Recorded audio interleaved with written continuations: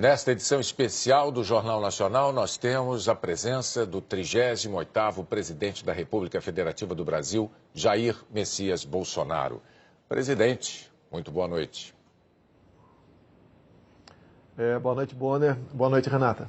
Primeiro, parabéns por essa vitória ampla nas urnas. Muito obrigado desde já por abrir as portas da sua casa para o Jornal Nacional nessa noite tão especial, de um dia certamente que foi muito atribulado, tem sido para o senhor. Nós já sabemos que, em primeiro lugar, o senhor deseja agradecer aos eleitores brasileiros e é muito justo. Por favor. Eu quero agradecer a todos que votaram em mim, pelo apoio, pela confiança, agradecer pelas orações também. Afinal de contas, ao longo de 4 anos, não só durante a pré-campanha, bem como a campanha, nós tivemos uma bandeira baseada na passagem bíblica, João 8,32. E conhecereis a verdade, e a verdade vos libertará. Está na hora do Brasil conviver com a verdade. Então agradeço esses que acreditaram na verdade e confiaram no meu nome nas urnas. Presidente, nesses poucos minutos que nós queremos aproveitar aqui à sua disposição para acalmar os ânimos que andaram tão acirrados ao longo dessa campanha. No primeiro dia, depois do segundo turno, o senhor disse aqui no Jornal Nacional que será um escravo da Constituição de 1988. No último sábado agora, na sua última aparição nas redes sociais, antes da eleição, o senhor estava com um exemplar da Constituição nas mãos e reiterou que todas as suas ações seguirão os postulados da Constituição. No seu discurso da vitória de ontem, o senhor disse que vai defender as liberdades e vai defender a democracia. Diante disso tudo, o que é que o senhor diria àqueles que ainda insistem em dizer que a sua eleição é um risco para a democracia? Primeiro dizer-lhes que as eleições acabaram.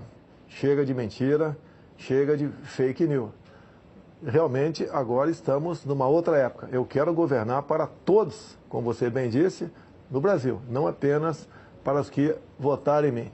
Temos uma Constituição que tem que ser realmente a nossa Bíblia aqui na Terra e respeitá-la, porque só dessa maneira podemos conviver em harmonia. Presidente, boa noite. Durante a campanha, o senhor já teve oportunidade de se desculpar por palavras mais fortes que usou em sua pregação sobre um projeto polêmico de educação sexual nas escolas. O senhor chegou até a pedir desculpas aqui no Jornal Nacional por ter se excedido no calor das discussões. Numa outra ocasião, o senhor disse enfaticamente não ter nada contra os gays.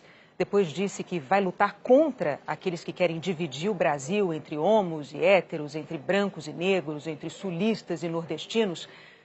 Há relatos concretos sobre pessoas que têm agredido gays, verbal e fisicamente. Na campanha, o senhor repudiou o voto dos que usam a violência. Como presidente eleito, o que o senhor diria para aqueles que ousem ser preconceituosos e agressivos contra outro ser humano apenas por serem gays? A agressão contra um semelhante tem que ser punida na forma da lei. E se for por um motivo como esse, tem que ter a sua pena agravada. Agora, deixo bem claro, ganhei o rótulo por muito tempo de homofóbico. Na verdade, eu fui contra a um kit feito pelo então ministro da Educação, Haddad, em 2009 para 2010, onde chegaria nas escolas um conjunto de livros, cartazes e filmes, onde passariam crianças se acariciando e meninos se beijando. Não poderia concordar com isso. E a forma como eu ataquei essa questão é que foi um tanto quanto agressiva, porque eu achava até que aquele momento merecia isso.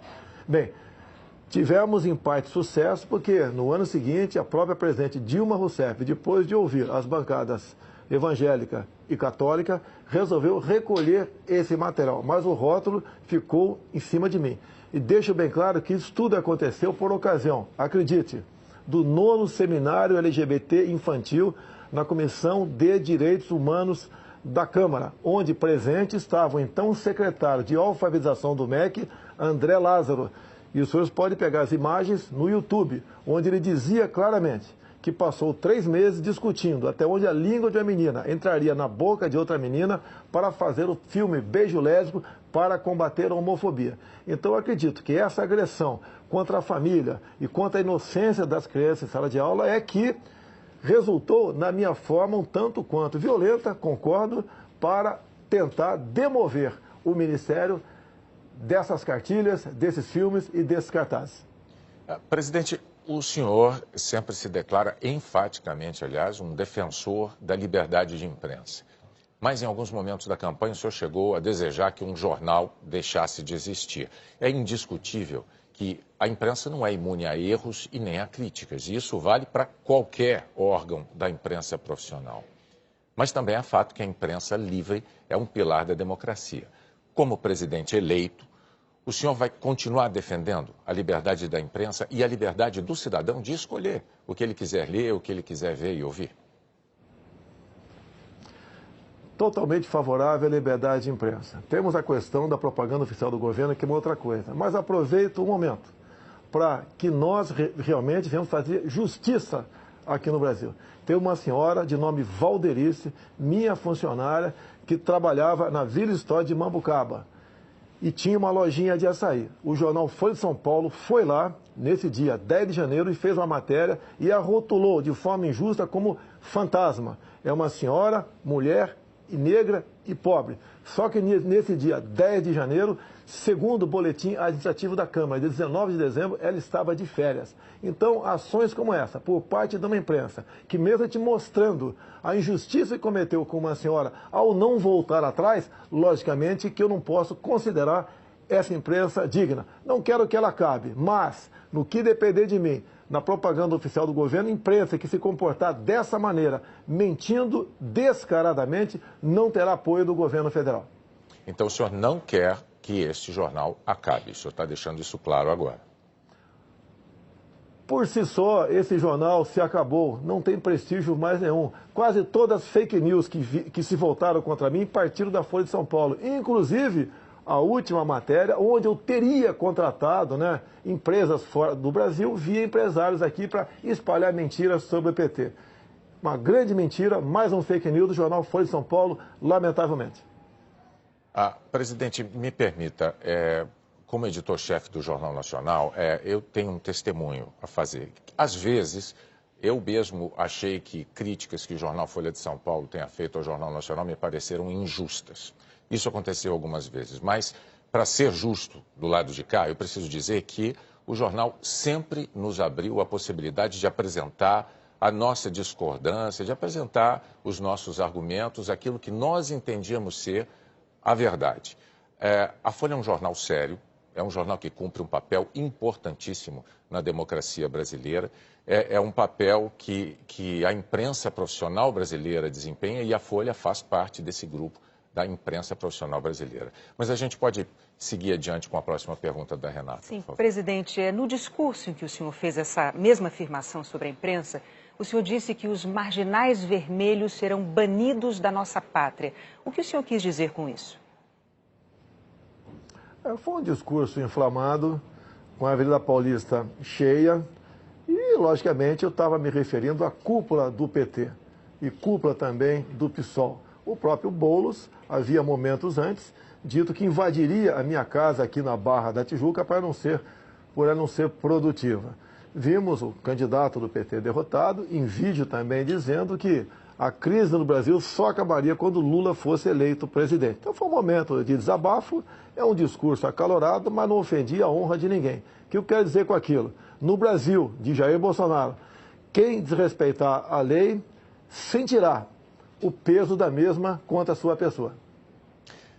Presidente, essa campanha foi muito polarizada, todo mundo sabe, todo mundo notou, às vezes até dentro de famílias houve brigas, o senhor certamente tem conhecimento disso. Ontem, no seu discurso, o senhor muito corretamente disse que será o presidente de todos os brasileiros.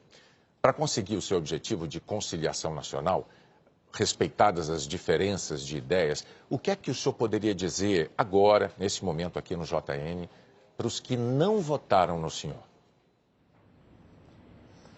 Dizer a todos vocês que não votaram em mim que nós estamos no mesmo barco.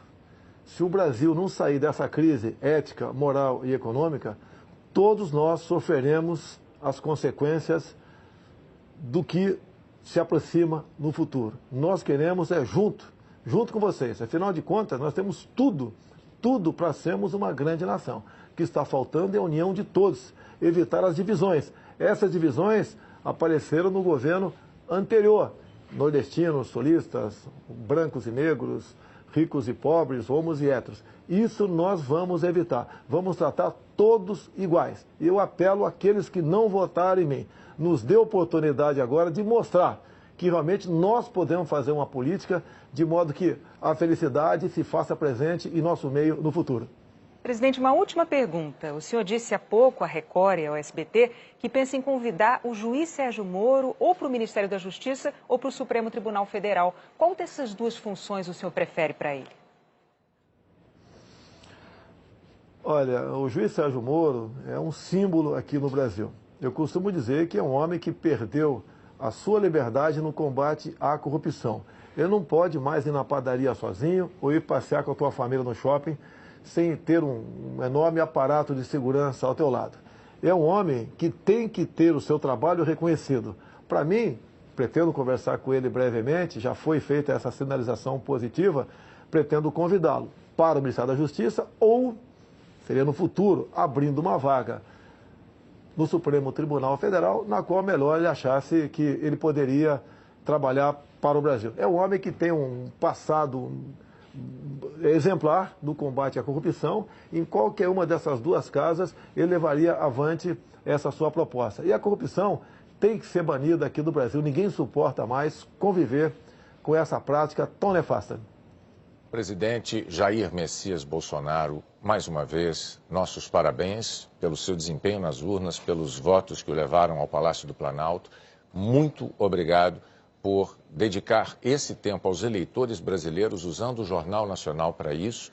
E nós agradecemos, não apenas em nome do JN, mas em nome de todos os eleitores. E em nome de todos os eleitores, pode acreditar, desejamos ao senhor um excelente governo. O Brasil precisa disso. Parabéns mais uma vez e boa noite. Bom dia, Renata. Boa noite e muito obrigado pela oportunidade. Boa noite.